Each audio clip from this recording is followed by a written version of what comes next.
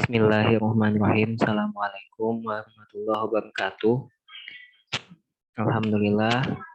Alhamdulillahirabbil alamin wa bihi nasta'in ala umuri dunya waddin. Wassalatu wassalamu ala sayyidina wa habibina wa maulana Muhammadin wa ala alihi wa sahbihi ajma'in. Rabbi sholli sadri wa yassir li amri wahlul 'uqdatam min lisani yafqahu qawli. Rabbana zidna ilman warzuqna fahman. Allahumma anfa'na bima 'allamtana wa 'allimna ma yanfa'una warzuqna uluman tanfa'una. Bapak Ibu, teman-teman Sivitas Akademika YIN Palangkaraya, khususnya Fakultas Ekonomi dan Bisnis Islam yang dirahmati Allah Subhanahu wa taala. Alhamdulillah kita dapat berkumpul di sini untuk mendengarkan sosialisasi terkait buku petunjuk teknis pengisian akreditasi program studi.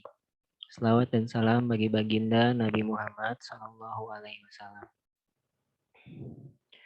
Bapak Ibu yang dirahmati Allah, teman-teman Sivitas Akademika Fakultas Ekonomi dan Bisnis Islam, izinkan saya di sini untuk mensosialisasikan terkait buku petunjuk teknis pengisian akreditasi program studi pada Fakultas Ekonomi dan Bisnis Islam YIN Palangkaraya yang berbasis pada IAPS, Instrumen Akreditasi Program Sarjana 4.0.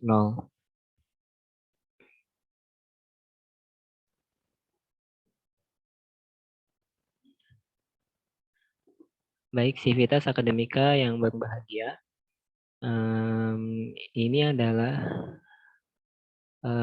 tampilan dari sampul depan petunjuk teknis pengisian akreditasi program studi berbasis IAPS 4.0 pada Fakultas Ekonomi dan Bisnis Islam YIN Palangkaraya. Dan hal ini sebagai bentuk dari aktualisasi kami sebagai CPNS untuk memenuhi tugas aktualisasi pada pelatihan dasar Kementerian Agama di Balai Diklat Kota Banjarmasin. Pada halaman awal telah kita lihat adalah bagian sampul, lalu kemudian dilanjutkan dengan sambutan dekan Fakultas Ekonomi dan Bisnis Islam sebagai pimpinan kami di unit kerja YIN Palangkaraya.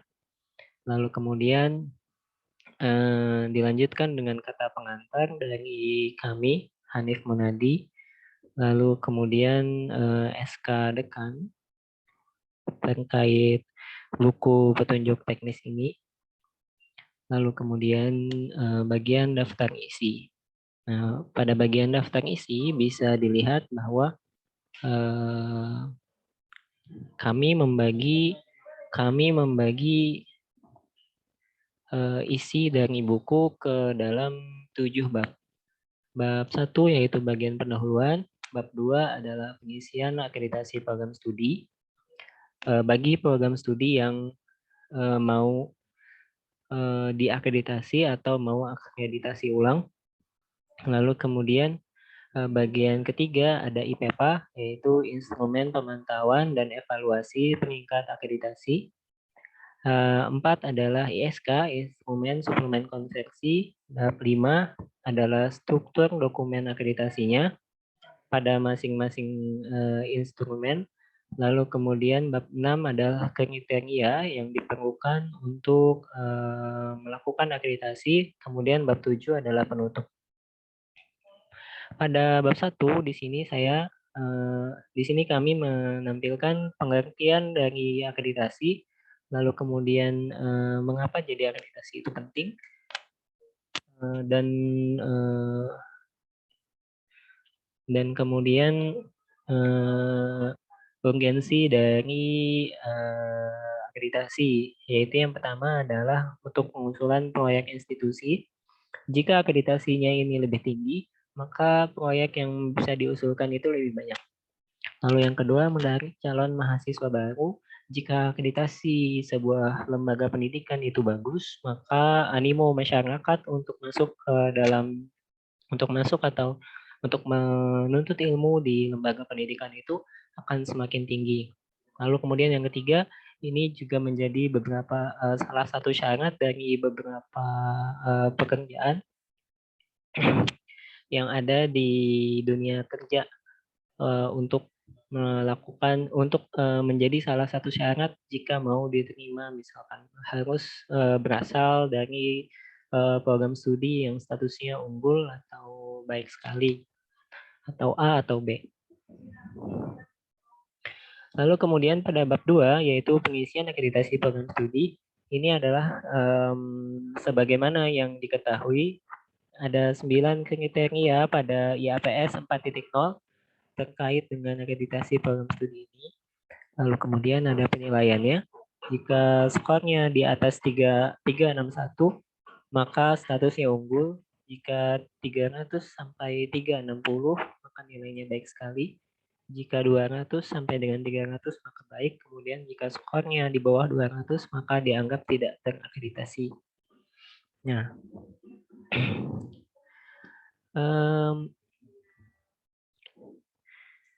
langkah yang menjadi inovasi kami dalam menulis ini adalah bisa dilihat pada tabel 2 tahapan pelaksanaan akreditasi. Pada tabel 2 ini adalah penambahan dari kami, inovasi dari kami, sepengalaman yang kami laksanakan dalam melakukan penyusunan dan submit akreditasi, maka kita menyusunnya dalam waktu 1 tahun ya. Yang pertama misalkan ada pembentukan tim data, lalu yang kedua ada pengumpulan data dan informasi pada bulan min 12, bulan min 11, bulan min 10, dan bulan min 9. Validasi data, kemudian analisis data dan penulisan, kemudian identifikasi akar masalah pada bulan ke-6 dan bulan ke-5. Dilanjutkan dengan evaluasi tahap 1, evaluasi tahap 2, lalu kemudian penetapan strategi pengembangan, pengecekan, dan evaluasi terakhir, sehingga evaluasinya ada 3 tahap. Lalu kemudian pada 10 adalah kegiatan pengiriman LED dan LTPS pada saat bulan 1.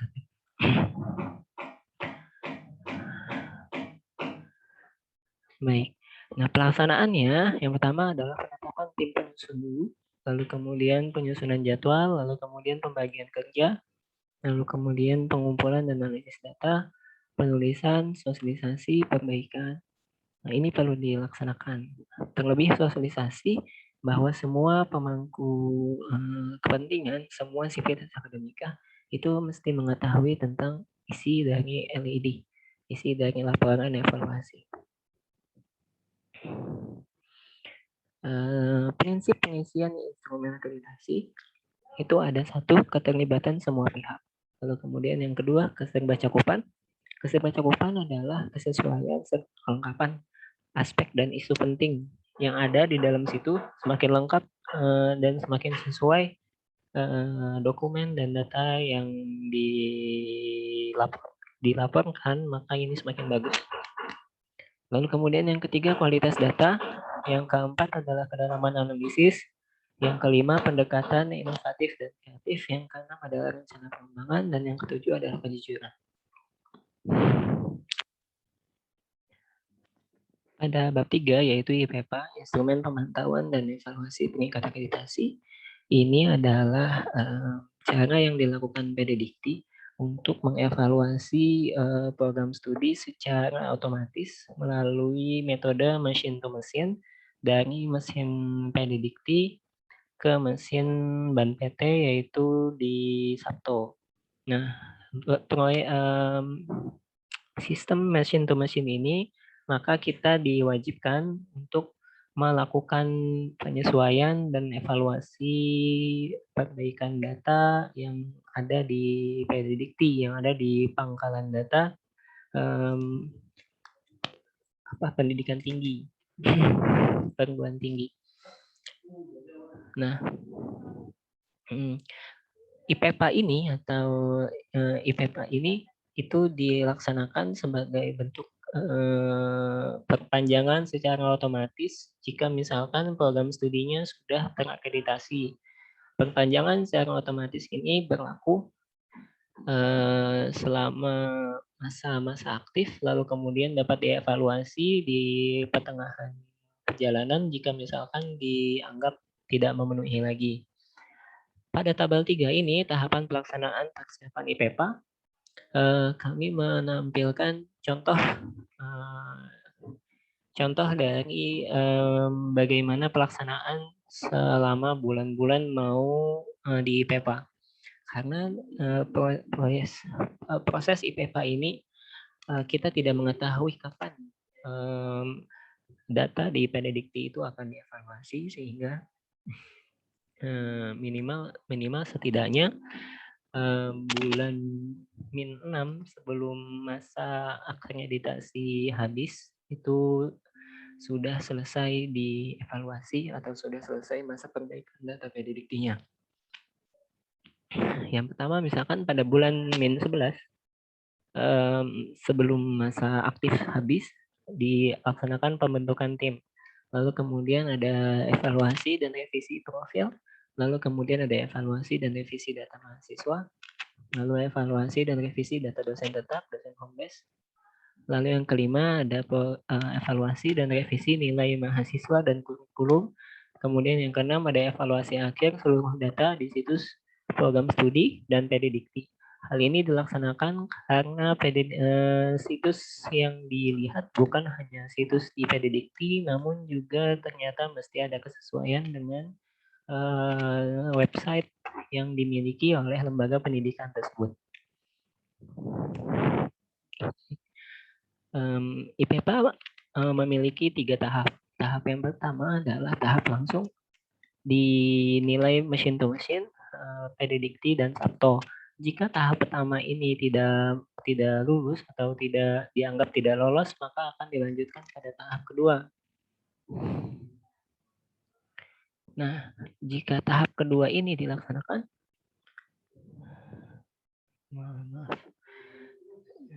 jika tahap kedua ini dilaksanakan dan tetap tidak lulus, maka dilanjutkan pada tahap yang ketiga.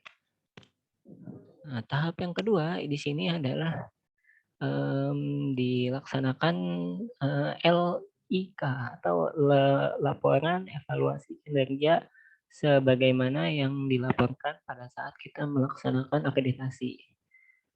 Membuat laporan, lalu kemudian berdasarkan 9 kriteria yang ada. Lalu kemudian jika misalkan laporan itu tidak diterima atau tidak lolos, dilanjutkan pada tahap ketiga atau tahap asesmen lapangan. Nah, pada tahap asesmen lapangan adalah diverifikasi dari data, fakta, dan kondisi yang ada di lapangan di perguruan tinggi tersebut. Oleh sebab itu biasanya pada saat IPEPA tahap 1 itu harus penting, sangat penting, dan kalau bisa jangan lanjut ke tahap 2 atau tahap 3. Baik. Kemudian pada bab 4 di buku petunjuk teknis ini, yaitu adalah instrumen suplemen konversi. ISK namanya. ISK adalah konversi dari peringkat A kepada akreditasi unggul, lalu kemudian B ke baik sekali, dan C ke akreditasi baik. Hal ini diperuntukkan untuk perguruan tinggi atau lembaga pendidikan yang akreditasinya masih menggunakan akreditasi yang 7 standar atau IAPS 3.0, yaitu memakai sistem peringkat ABC.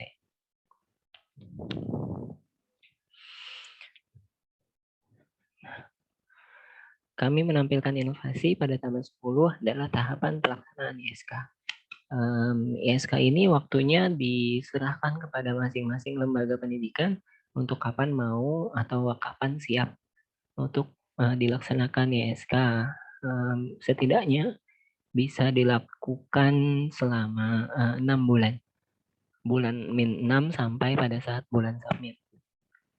Di sini kegiatannya misalkan saya contohkan, satu adalah pembentukan tim ISK, yang kedua pelacakan alumni dan pengisian data dan dokumen alumni, Yang ketiga ada pengisian data dan dokumen dosen tetap.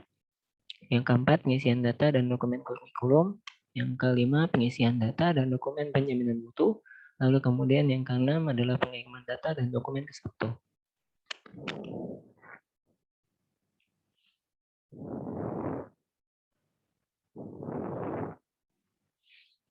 Nah, pada sistem konversi peningkat ada yang namanya konversi minimal, yang mana jika konversi minimal ini harus dilaksanakan jika sebuah lembaga pendidikan mempunyai akreditasi B misalkan, maka setidaknya dia harus mengikut pada nilai minimal baik sekali.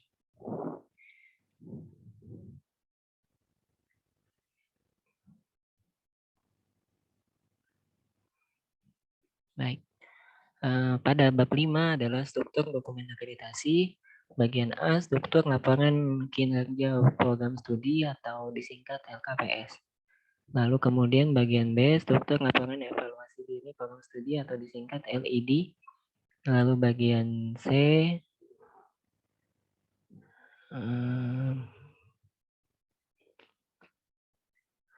adalah struktur data kinerja format IPPA pemantauan tahap 2.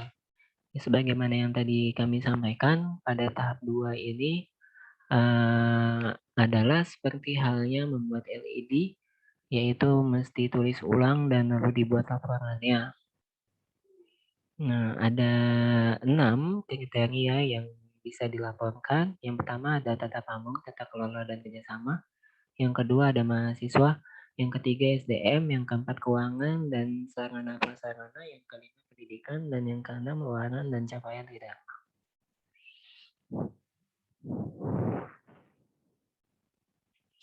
Bagian D adalah struktur laporan evaluasi kinerja IPPA tahap 2. Nah, ini adalah LIK pada IPPA tahap 2. Sebagaimana yang ditulis pada LID, maka mesti memasukkan ada ringkasan eksekutif dan ada LIK-nya.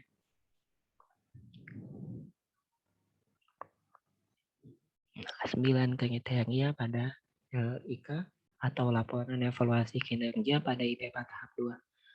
Lalu selanjutnya pada bagian E adalah struktur laporan kinerja program studi format ISK.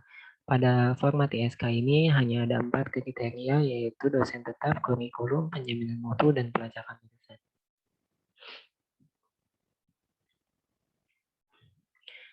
Pada bab 6 adalah kriteria. Di sini kami memasukkan kerangka poin dari kriteria yang ada pada masing-masing instrumen. Kriteria akreditasi program studi ada 9, kriteria IPPA pemantauan tahap 1 ada 4, IPPA pemantauan tahap 2 ada 9, ISK ada 4. Bagian 7 adalah penutup.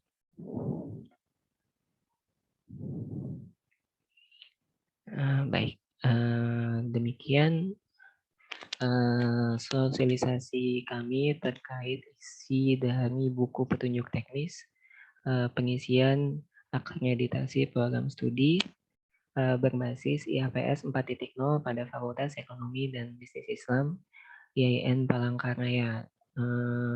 Harapan kami dengan petunjuk teknis ini akan memudahkan sivitas akademika, khususnya tenaga-tenaga dosen, tenaga-tenaga teknik, sivitas akademika, mahasiswa, dan para pejabat-pejabat fungsional dalam menyusun dan melaporkan akreditasi, melaporkan evaluasinya kepada Ban PT.